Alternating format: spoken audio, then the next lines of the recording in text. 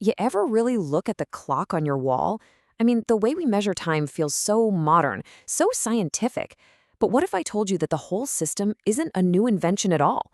It's actually a story of survival, of genius, and of teamwork that's thousands of years in the making. All right, let's just get right into it. Have you ever stopped and thought about how weird our units of time are? Seriously, why is an hour made of 60 minutes, but a day has 24 of them? It feels totally random, right? Well, it's not. Turns out each of those numbers is like an echo from an ancient world, and in this explainer, we're going to figure out exactly why. So first things first, for our earliest ancestors, looking up at the sky wasn't just some casual stargazing. It wasn't just about curiosity. No, it was about solving a huge universal problem, literally just surviving. The sky, the sun, the moon, the stars, that was the only reliable clock and map they had. I mean, think about it. Being able to predict the seasons, that was the difference between a huge harvest and, well, starvation. Knowing the phases of the moon was crucial for hunting and for traveling safely at night. And the stars? They were the original GPS for anyone trying to cross a vast ocean or a desert. So tracking time wasn't just a neat idea. It was one of the first, most fundamental challenges we had to solve to even begin building societies. So who were the first ones to really crack the code? Well, it turns out two incredible civilizations, Mesopotamia and ancient Egypt, were the first to really get systematic about it. And get this, they came up with two totally different but equally brilliant ways to organize the year. And this slide really gets to the heart of the whole challenge. You see, the Mesopotamians, they based their calendar on the moon. And that makes sense, right? It's intuitive. You can literally watch the phases change. But the lunar year is only about 354 days long, which means it gets out of sync with the actual seasons super fast. The Egyptians, on the other hand, they went with the sun. Their 365-day year was way better for farming, but it was a bit more abstract to track. This whole battle between the lunar cycle and the solar cycle, that's the central drama of ancient timekeeping. And boom, here's where we solve one of our first big mysteries. The Babylonians in Mesopotamia used what's called a base 60 counting system. So why 60? Because it's an amazing number for division. You can divide 60 cleanly by 1, 2, 3, 4, 5, and 6, not to mention 10, 12, 15, 20, and 30. It made doing math with fractions incredibly easy. Now, we've mostly moved on to a base 10 system, but the ghost of their math is still with us. That's exactly why we have 60 seconds in a minute and 60 minutes in an hour.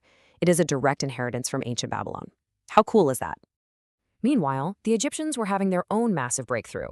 They figured out that the annual flood of the Nile, the event that brought life to their entire civilization, always happened right around the same time that the brightest star in the sky, Sirius, reappeared just before sunrise. By locking their calendar onto this super reliable cosmic event, they created the world's first 365-day solar calendar. And that single idea, well, it would go on to change everything. But hey, this quest for precision wasn't just happening in the Middle East and North Africa. Not at all. All around the globe, other incredible cultures were developing their own, mind-blowingly sophisticated ways to track time. It was truly a global project. Over in China, for example, imperial astronomers kept these meticulous records for thousands of years, giving us this priceless history of cosmic events. In India, brilliant mathematicians were developing these super complex systems and calculated the length of the year with just stunning precision. But if you think that's impressive, just you wait until you hear about the Maya. Yeah, the Mayan calendar, it's just something else entirely. It wasn't just one calendar. Oh, no, it was this complex, interlocking system of multiple calendars, all designed to track time on a truly cosmic scale.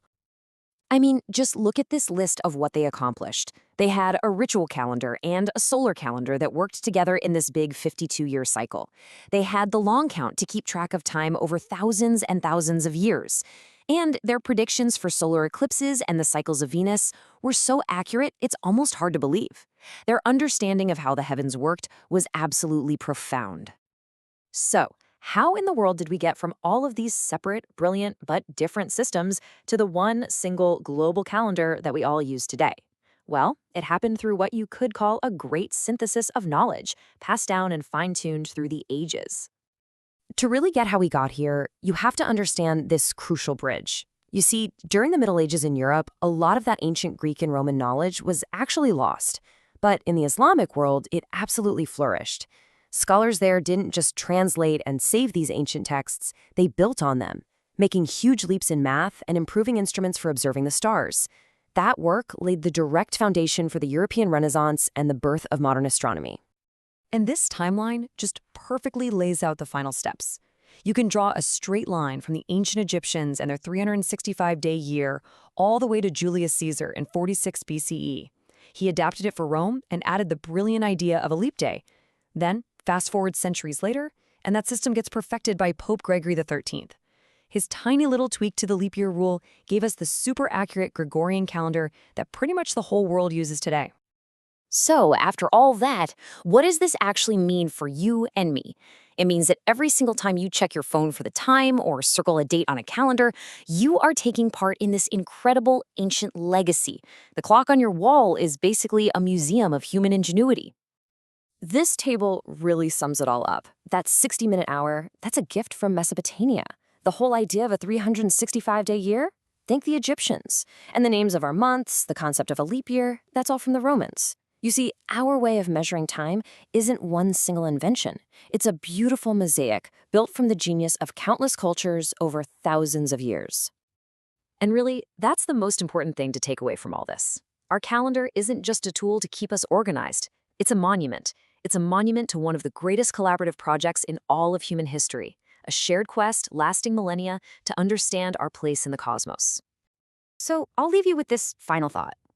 The next time you glance at your watch to see it's, say, 3 p.m., or you flip the page on your calendar, just take a second. Which ancient civilization will you think of? The Babylonians who gave us the hour? The Egyptians who gave us the year? Or the Romans who gave us the leap day? The ancient world, it turns out, is a lot closer than you think.